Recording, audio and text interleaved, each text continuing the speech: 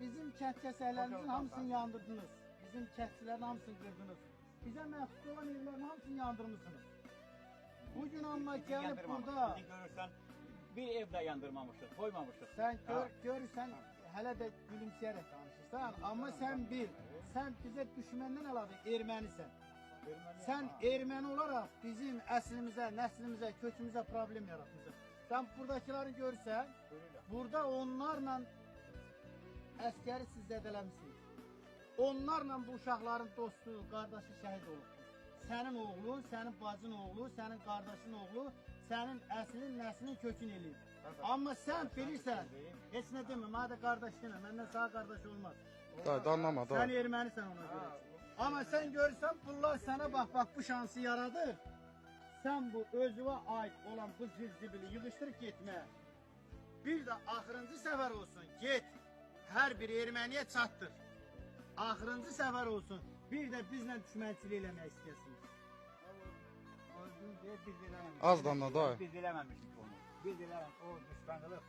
Mən fəali adamam, nə bilim, böyüklər yaradır. Biri oradan belə eləyir, deyir belə elə, biri də oradan deyir belə elə, nə bilim mən. Fələ, bura haradır?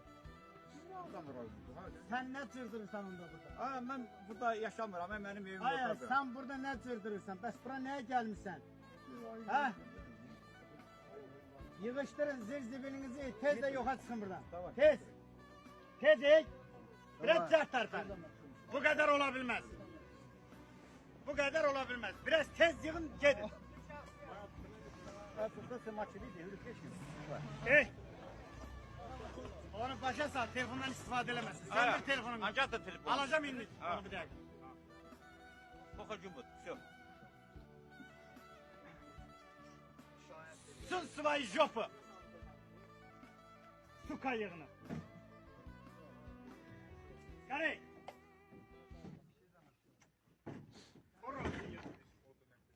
Hazır olursunuz burada, hər şeyi götürürsünüz. Bizlərə baxırız. Hadi, gedin olar. Hadi.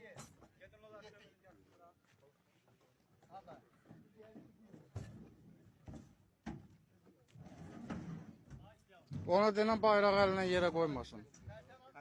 Hə, denən bayraq əlinə yerə qoyma. Beni çəkib bayır.